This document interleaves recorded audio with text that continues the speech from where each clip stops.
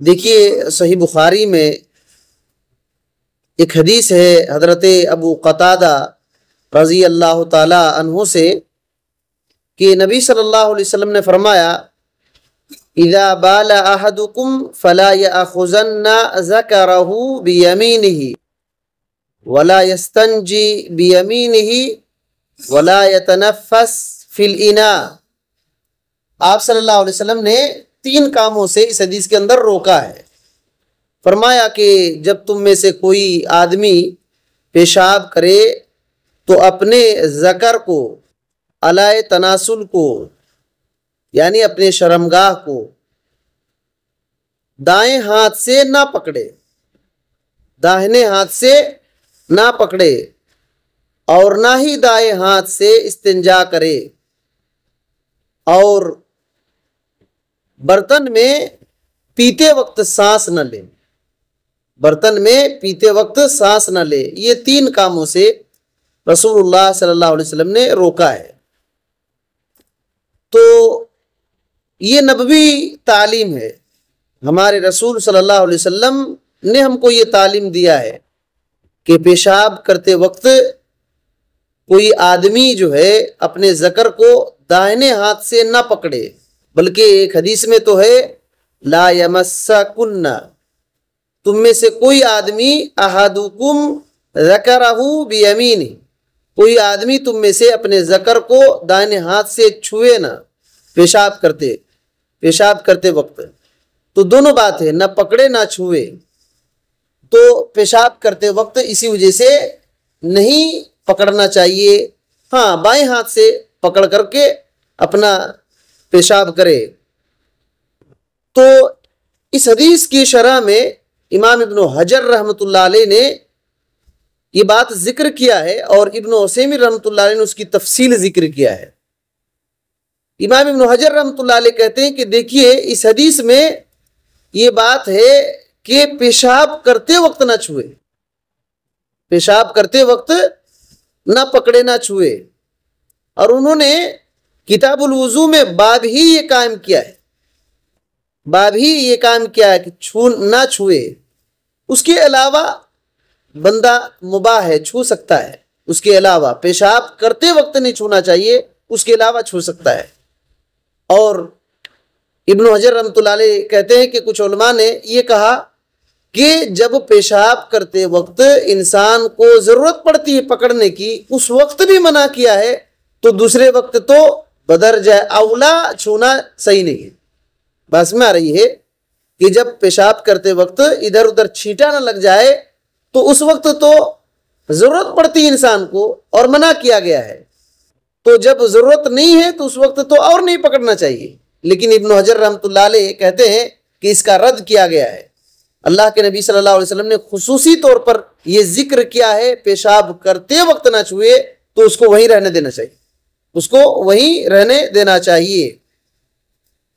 ابن عثیمین رحمۃ اللہ علیہ نے اس حدیث کے اندر یہ ذکر کیا ہے کہ دیکھیے اس میں اللہ کے نبی صلی اللہ علیہ وسلم نے روکا ہے، منع کیا ہے، اور ایسے تیسے منع نہیں کیا۔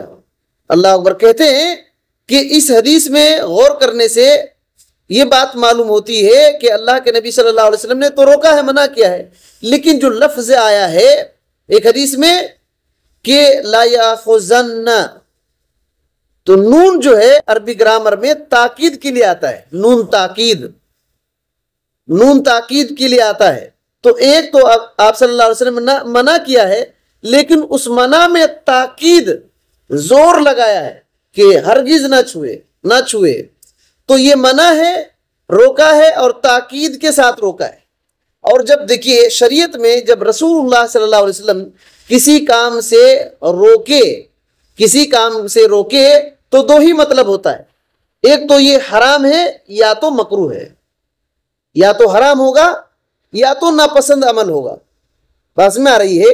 اس حدیث سے جمہور علماء کا مطلب ہوتا ہے کہ اکثر علماء زیادہ تر علماء اس حدیث سے یہ مسئلہ نکالے ہیں کہ یہ مکروہ ہے، حرام نہیں۔ پیشاب کرتے وقت دائنے ہاتھ سے اپنے ذکر کو چھونا، پکڑنا، یہ مکروہ ہے، ادب کے خلاف ہے۔ اللہ کے نبی صلی اللہ علیہ وسلم نے جو پیشاب کرنے کا طریقہ بتلایا اس کے خلاف ہے۔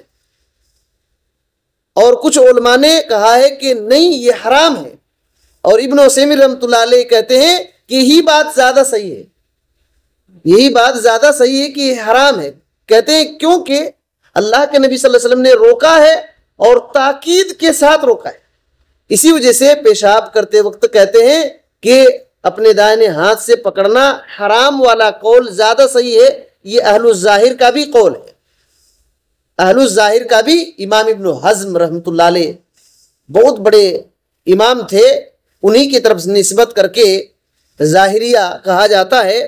تو ابن عثیمین رحمۃ اللہ علیہ کہتے ہیں کہ یہی زیادہ صحیح ہے، حقیقت میں یہی زیادہ صحیح ہے کہ یہ حرام ہے۔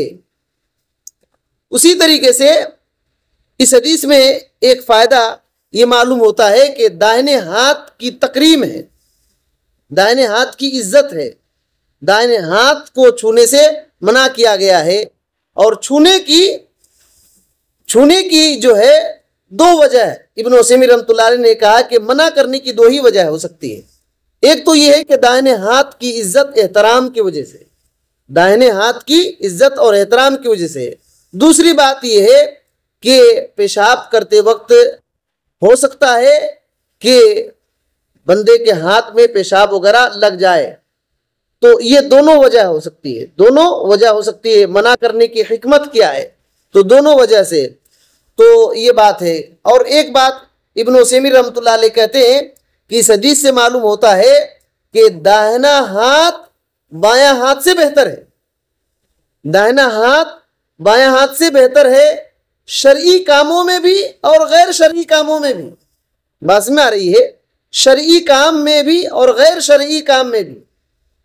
غیر شرعی کام بولے تو مثال دی ہے کہ دنیاوی حالات میں آپ دیکھیں گے کہ دائیں ہاتھ سے لکھنا، پڑھنا، کھانا، پینا، بہت سارے کام ہوتے ہیں جو بائیں ہاتھ سے نہیں ہو پاتے۔ دائیں ہاتھ کو عمومی طور پر زیادہ طاقت ہوتی ہے، طاقت زیادہ اس کے اندر رہتی ہے، اور بائیں ہاتھ میں، الٹے ہاتھ میں طاقت کم ہوتی ہے۔ تو اس وجہ سے بھی بائیں ہاتھ کی عزت ہے، دنیاوی اعتبار سے بھی اور دینی اعتبار سے بھی۔ دینی اعتبار سے ہر اچھا کام داہنے طرف سے شروع کرنا چاہیے۔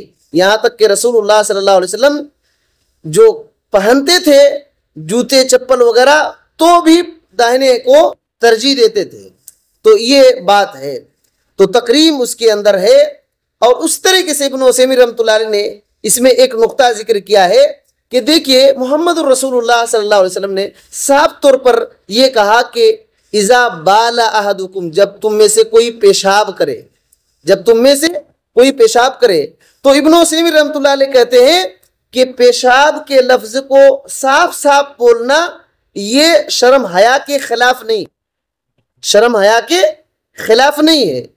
انہوں نے یہ ذکر کیا، بہت سارے لوگ سمجھتے ہیں، کہتے ہیں کہ میں پانی بہا کر کے آتا ہوں، میں پانی بہا کر کے آتا ہوں، تو یہ سمجھتے ہیں کہ اگر پیشاب کہوں گا تو یہ شرم کی بات ہے، پیشاب میں کیسے کہوں؟ تو ابن عثیمین رحمۃ اللہ علیہ کہتے ہیں کہ غور کرو کہ یہ بات کون بول رہے ہیں، یہ بات کون بول رہے ہیں؟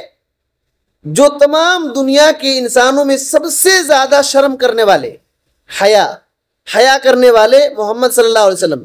اور دوسری بات وہ اللہ کے نبی بھی ہیں، لیکن صاف صاف بول رہے ہیں کہ جب تم میں سے کوئی پیشاب کرے، اور کہتے ہیں کہ یہ جو لوگ سمجھتے ہیں کہ پیشاب کا لفظ بولیں گے تو یہ شرم کی بات ہے، اسی وجہ سے کہیں گے کہ میں پانی بہا کر آتا ہوں، تو کہتے ہیں پیشاب پانی کبھی نہیں ہو سکتا ہے، اسی وجہ سے یہ صحیح نہیں ہے۔ بات میں آ رہی ہے؟ تو جب اللہ کے نبی صلی اللہ علیہ وسلم نے صاف صاف یہ کہا ہے کہ جب تم میں سے کوئی آدمی پیشاب کرے، تو کوئی اگر ایسے ماحول میں کچھ ہو تو وہ بول سکتا ہے، کوئی مسئلہ نہیں۔ تو اس طریقے سے دیکھیے شریعت کے چیزوں میں نبی صلی اللہ علیہ وسلم کی باتوں میں اتنی گہرائی ہوتی ہے۔ بہرحال تو یہ بات صحیح نہیں ہے، درست نہیں ہے۔ آج کل اکثر لوگ اس کا خیال نہیں کرتے، اکثر لوگ اس کا خیال نہیں کرتے، جبکہ نبوی طریقہ ہے کہ پیشاب کرتے وقت دائیں ہاتھ سے بندہ ذکر کو نہ چھوئے۔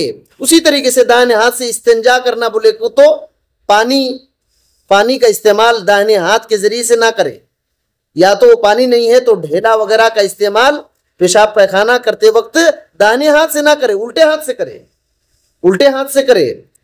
تو یہ بات ہے۔ اور اسی طریقے سے برتن میں سانس نہ لے، خاص طور پر پیتے وقت برتن میں سانس نہیں لینا چاہیے، کیونکہ یہ اللہ کے نبی صلی اللہ علیہ وسلم کا یہ طریقہ بتلایا گیا ہے۔ اس کے بعد اگر کوئی ڈاکٹر یہ وہ سائنس وغیرہ کی باتیں ہیں تو الگ بات ہے، اس کے فائدے کے طور پر ہے کہ اس میں کیٹانو یہ وہ چلے جاتے ہیں، لیکن سب سے پہلی بات تو ہمارے نبی صلی اللہ علیہ وسلم نے یہ تعلیم دیا ہے۔ اس وجہ سے کسی کو سمجھ میں آئے نہ آئے، نبوی طریقہ ہے تو بس ہے، نبوی طریقہ ہے تو بس ہے۔ اسی وجہ سے یہ 3 کام سے اللہ کے نبی صلی اللہ علیہ وسلم نے اس حدیث کے ذریعے سے منع کیا ہے، ہم کو یہ کام نہیں کرنا چاہیے، ہم کو یہ کام نہیں کرنا چاہیے۔ اسی میں دین کا بھی بھلا ہے اور دنیا کا بھی بھلا ہے، صحت عافیت اسی میں ہے، صحت عافیت تندرستی اسی میں ہے، اور نیکی بھلائی اسی میں ہے۔ اللہ تعالیٰ سے دعا ہے کہ اللہ تعالیٰ ہمیں نبی کریم صلی اللہ علیہ وسلم کی بتائی ہوئی ہر باتوں اور ہر طریقوں پر عمل کرنے کی توفیق دے، آمین۔ السلام علیکم ورحمۃ اللہ۔